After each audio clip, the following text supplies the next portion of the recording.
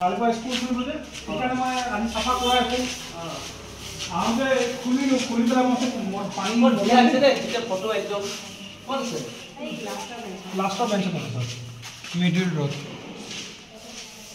তলত আছে তলত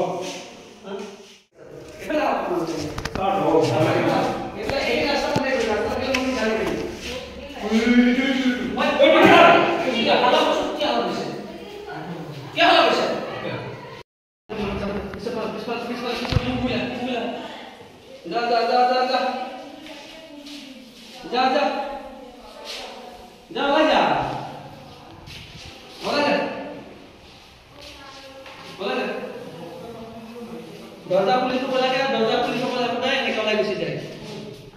ए दरजा खुली थब लगे एने के जा आको आको हुमाइसे जा ओला जा ओइ ओइ ओइ ओइ ओइ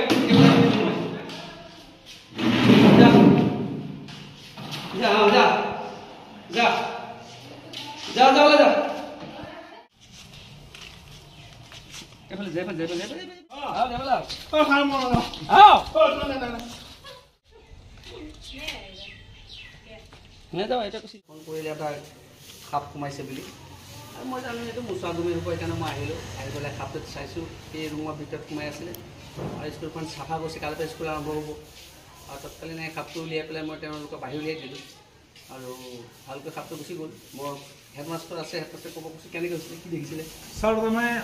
অহাকালিৰ পৰাই আমাৰ স্কুলখন খুলিব খোলাৰ আগতে আমি গোটেই ষ্টাফ আৰু ৰান্ধনী গ্ৰুপ লৈ পেলাই ভাবিছোঁ আজি গোটেই চাফা চিকুণ কৰিম চাফা চিকুণ কৰোঁতে আমি মানে ক্লাছৰুম খুলি পেলাই যেতিয়া আমাৰ ৰান্ধনীয়ে মানে মটৰৰ ছুইচ দিব যায় তেতিয়া সাপডাল একদম উঠি যায় উঠি পেলাই ভয়তে মানে ছাৰ ডাঙৰ সাপ সোমাইছে আমি যাওঁ আমি গৈ চাওঁ যে বা সঁচাকৈ ডাঙৰ সাপ আমিতো নাজানো ছাৰ তথাপি মই আপোনাক ফোন কৰিলোঁ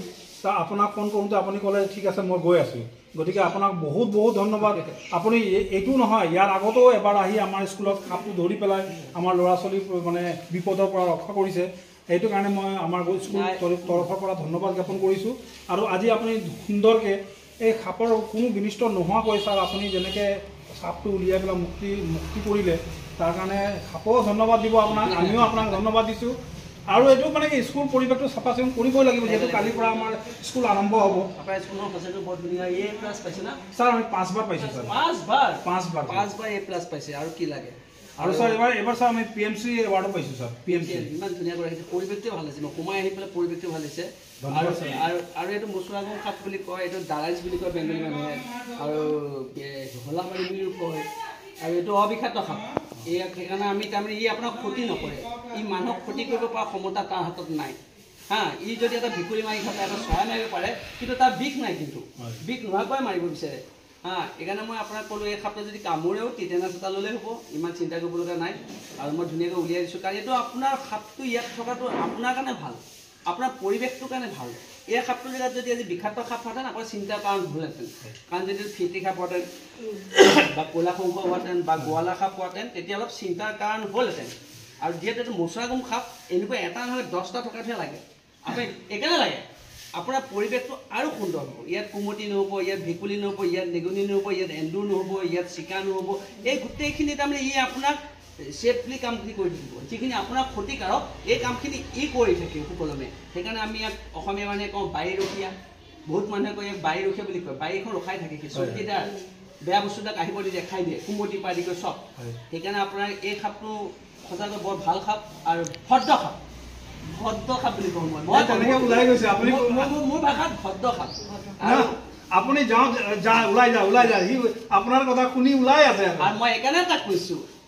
সি কথা শুনেতো শুনে আৰু ডাঙৰ কথা কি জানে মই যাৰ ঘৰতে ধৰোঁ ৰেস্কিউ কৰোঁ আৰু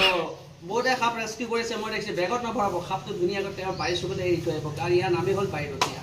ধন্যবাদ